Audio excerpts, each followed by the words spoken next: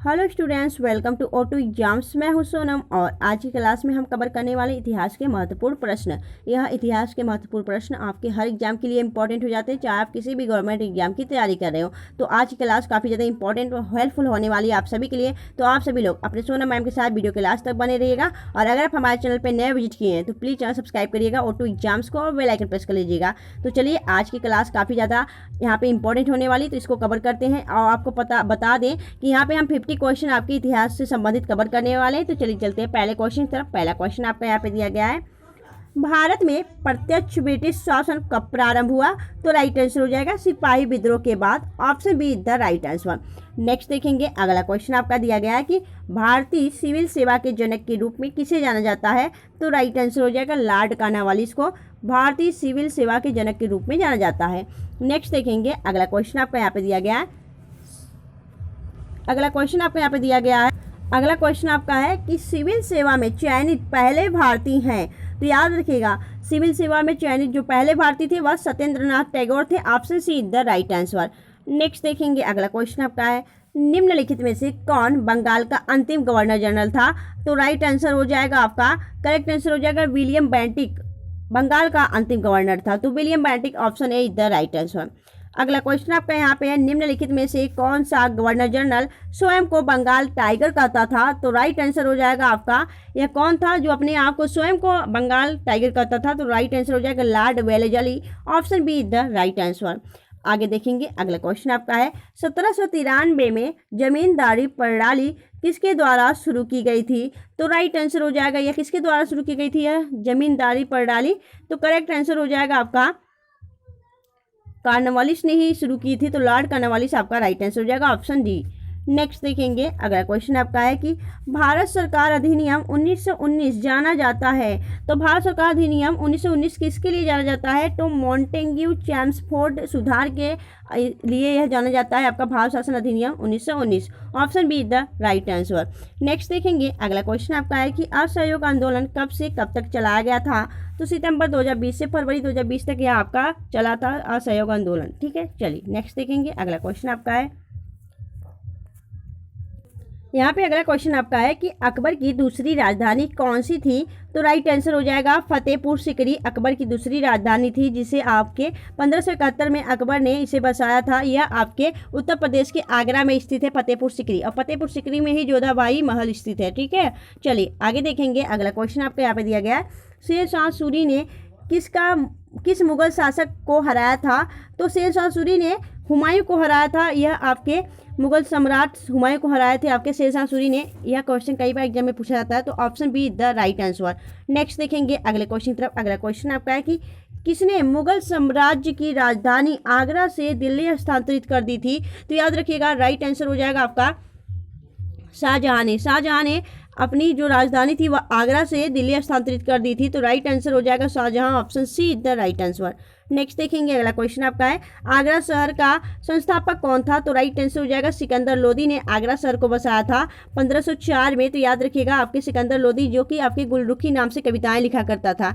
ठीक है, चलिए नेक्स्ट देखेंगे, अगले क्वेश्चन तरफ। अगला क्वेश्चन आपका है कि निम्न में से किससे शाहजहां द्वारा सुल्तान बुलंद इकबाल की उपाधि दी गई थी? तो शाहजहां ने किसे दी थी यह उपाधि? तो राइट आंसर हो जाएगा दारा सिकोह को सौंपी थी। दारा सिकोह आपका राइट आंसर हो जाएगा, ऑप्शन बी।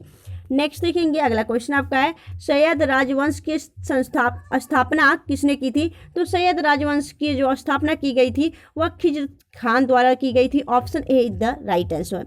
यह सारे इंपॉर्टेंट क्वेश्चन हो जाते हैं। यहाँ इतिहास के यहाँ पे 50 क्वेश्चन कवर करने वाले। यह 50 क्वेश्चन आप कवर करने के बाद अंत में बोलेंगे हाँ आज के यह क्वेश्चन सारे इंपॉर्टेंट थे। ठीक है, चलिए आगे देखेंगे। तो अगला आपका क्वेश्चन दिया गया है, स्वामी विवेकानंद ने बेल्लूर में रामकृष्ण मिशन की स्थापना किस वर्ष की थी? याद रखिएगा, यहाँ पे आपसे वर्ष पूछा गया है। तो जो स्वामी विवेकानंद हैं, इन्होंने यह जो आपका रामकृष्ण मिशन की स्थापना की थी वह उनके अपने गुरु रामकृष्ण के नाम पर की थी। रामकृष्ण मिशन की स्थापना और कहाँ की थी और कब की थी? तो याद रखिएगा, यह किए थे आपके बेल्लूर में। और कब? तो 1897 में। Option C the right answer. Next देखेंगे, अगला क्वेश्चन आपका दिया गया है, हंटर आयोग की स्थापना का क्या कारण था? तो हंटर आयोग की स्थापना का कारण जो था वह जलियांवाला बाग हत्याकांड था। जलियांवाला बाग हत्याकांड का जांच करने के लिए हंटर आयोग की स्थापना की गई थी। Option D the right answer. Next देखेंगे, अगला क्वेश्चन आपका है चोरी चोरा की घटना कब हुई थी? तो राइट आंसर हो जाएगा यह तो आपके फरवरी 1922 में हुई थी। 4 फरवरी 1922 को यह चोरी चोरा घटना हुई थी। कहाँ हुई थी? तो यह उत्तर प्रदेश के चोरा चोरी नामक एक गांव था, अब वर्तमान में तहसील है। यहाँ पे यह घटना हुई थी जो कि आपके एक पुलिस थाने को जलाकर राख कर दिया गया था, जिसमें काफ़ी आपके पुलिसकर्मी मर गए थे। तो याद रखिएगा ये चोरी चोरी घटना जो है आपका उत्तर प्रदेश से संबंधित है, याद रखिएगा।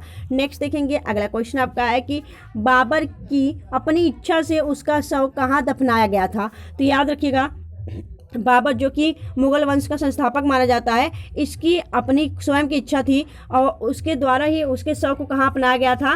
तो राइट आंसर हो जाएगा काबुल में अपनाया गया था। काबुल आपका राइट आंसर हो जाएगा, काबुल में दफनाया गया था। ठीक है, बाबर की जो शव दफनाया गया था वह काबुल में। नेक्स्ट देखेंगे, अगला क्वेश्चन आपका यहाँ पे दिया गया है वायसराय की कार्यकारिणी परिषद में शामिल होने वाला प्रथम भारतीय कौन था? तो राइट आंसर हो जाएगा आपका सत्येंद्रनाथ सिन्हा। सत्येंद्रनाथ जो आपका प्रसाद सिन्हा है, इन्होंने वायसराय की कार्यकारी की परिषद में शामिल होने वाले वह प्रथम भारतीय थे। यह आपका क्वेश्चन कई बार एग्जाम में पूछा जाता है, तो आप लोग इसे ध्यान रखिएगा।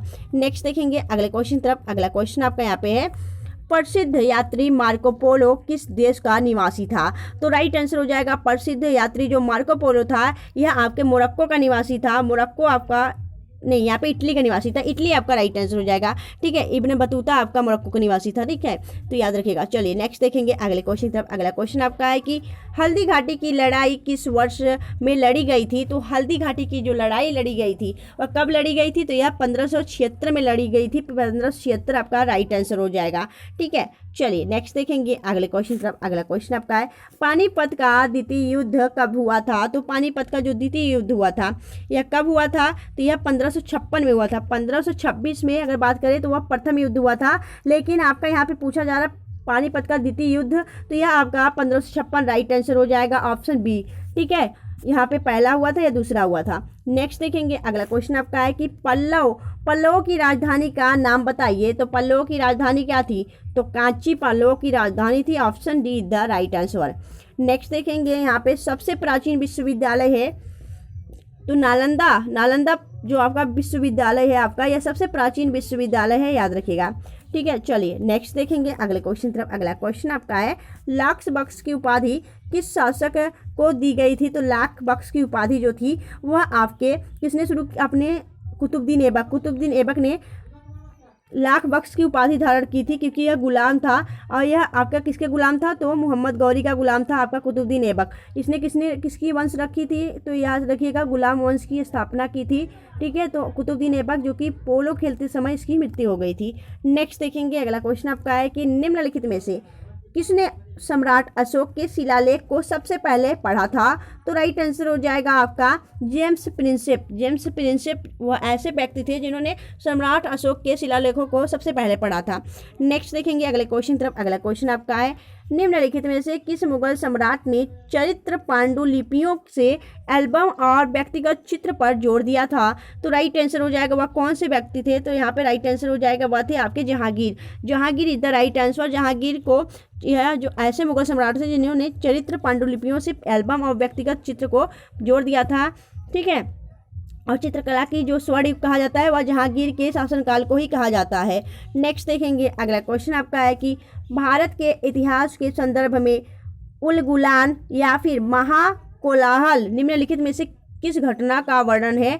तो राइट आंसर हो जाएगा यह बिरसा मुंडा आपका 1899 से 1900 का यह विद्रोह आपका इसी से संबंधित हो जाता है, उलगुलान या फिर महाकोलाहल। ठीक है, चलिए नेक्स्ट देखेंगे अगले क्वेश्चन तरफ। अगला क्वेश्चन आपका है कि भारत में पहली बार ट्रेन का संचालन किस वर्ष हुआ?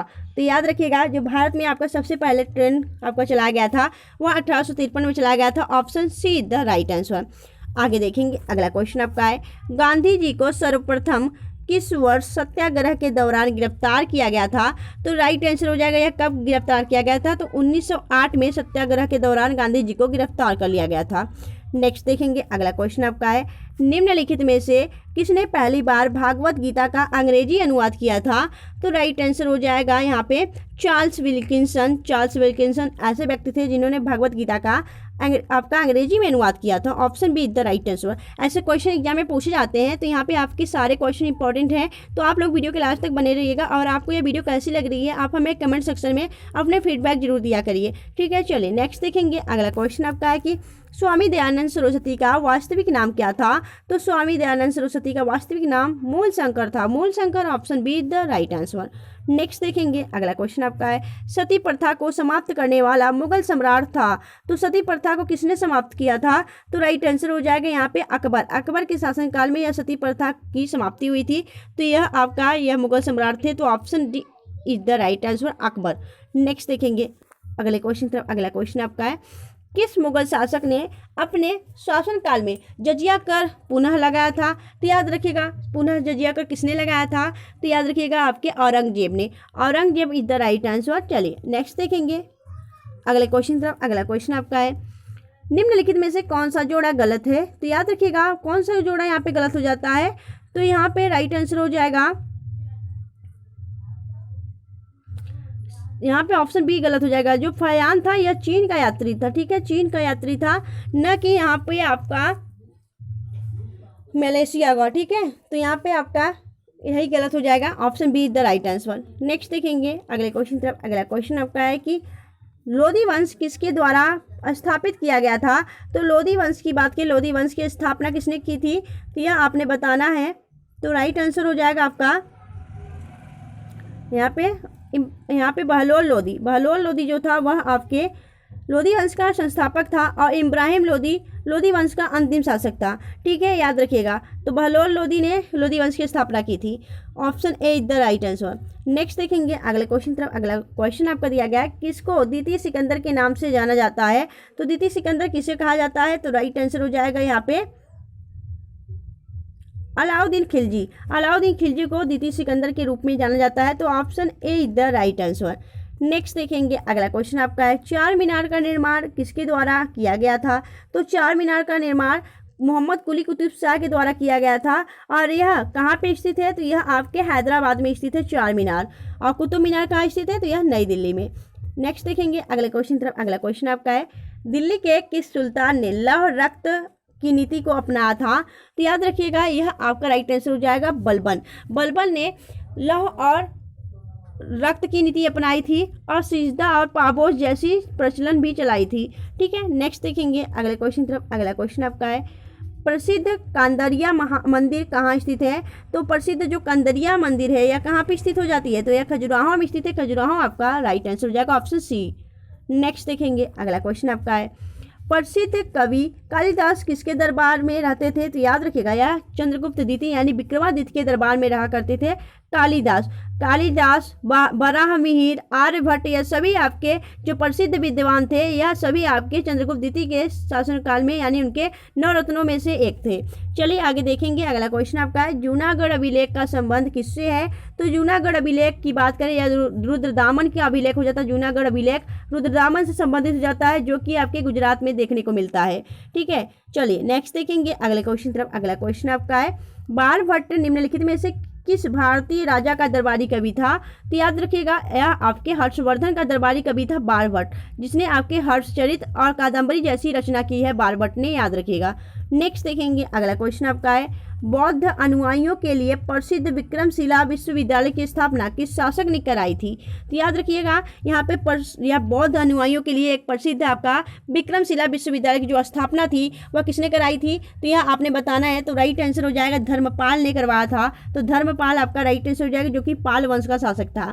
नेक्स्ट देखेंगे अगला क्वेश्चन आपका है, तीर्थंकर शब्द किस धर्म से संबंधित है? तो तीर्थंकर शब्द किससे संबंधित हो जाते हैं? यह आपके जैन धर्म से संबंधित हो जाते हैं। तो जैन धर्म में आपके कई तीर्थंकर हुए। अगर बात करें कि प्रथम तीर्थंकर कौन थे, तो वह ऋषभ देव थे, जिन्हें हम आदिनाथ के नाम से जानते थे, जिन्होंने जैन धर्म की स्थापना की थी, ठीक है। और अगर बात की 24वें कौन थे, तो महावीर स्वामी थे। यह तीर्थंकर शब्द जैन धर्म से संबंधित जाता है। राइट आंसर हो जाएगा ऑप्शन सी। नेक्स्ट देखेंगे अगले क्वेश्चन तरफ। अगला क्वेश्चन आपका है, वह शासक कौन था जिसने राज सिंहासन पर बैठने के लिए अपने पिता बिंबिसार की हत्या कर दी थी? तो राइट आंसर हो जाए कौन सा? अजातशत्रु। अजातशत्रु अपने सिंहासन पर बैठने के लिए अपने पिता बिंबिसार का मृत्यु कर आपका हत्या कर दिया था, और इसलिए इसे क्या कहा जाता है? इसे पितृहंता के नाम से जाना जाता है अजातशत्रु को, यह भी याद रखिएगा। नेक्स्ट देखेंगे अगला क्वेश्चन की तरफ। अगला क्वेश्चन आपका यहाँ पे है कि संस्कृत भाषा का पहला व्याकरणकर्ता कौन था? तो राइट आंसर हो जाएगा यहाँ पे पाणिनि। पाणिनि को संस्कृत भाषा का पहला व्याकरणकर्ता माना जाता है, तो option be the right answer Panini. Next देखेंगे अगला क्वेश्चन आपका है वैदिक लोगों द्वारा किस धातु का प्रयोग सबसे पहले किया गया था? तो राइट आंसर हो जाएगा तांबा। तांबा का प्रयोग सबसे पहले किया गया था वैदिक काल में, तो आप तांबा आपका राइट आंसर हो जाएगा। चलिए नेक्स्ट देखेंगे अगले क्वेश्चन तरफ। अगला क्वेश्चन आपको यहाँ पे दिया गया है निम्नलिखित वैदिक संहिताओं में से भारतीय संगीत का उद्गम किस में खोजा जा सकता है? तो याद रखिएगा भारतीय संगीत का जो आपका उद्गम है वह किससे है? तो याद रखिएगा यह आपका सामदेव में मिलता है। सामदेव आपका राइट आंसर हो जाएगा ऑप्शन सी। ठीक है, तो यह इसमें आपके संगीत का उल्लेख मिलता है। तो यह आज की क्लास यहाँ पे हम कवर कर चुके हैं। यहाँ पे 50 क्वेश्चन सारे इंपॉर्टेंट क्वेश्चन कर चुके हैं। तो यह आज की क्लास कैसी लगी आप हमें कमेंट सेक्शन कमेंट करके जरूर बताइएगा। अगर आपको वीडियो अच्छी लगी हो, हेल्प लगी हो, तो प्लीज़ वीडियो को लाइक और चैनल सब्सक्राइब जरूर करेगा। मिलेंगे आपसे नेक्स्ट वीडियो में ऐसे ही बेस्ट कंटेंट के साथ। तब तक के लिए bye bye and thanks for watching. Keep smiling.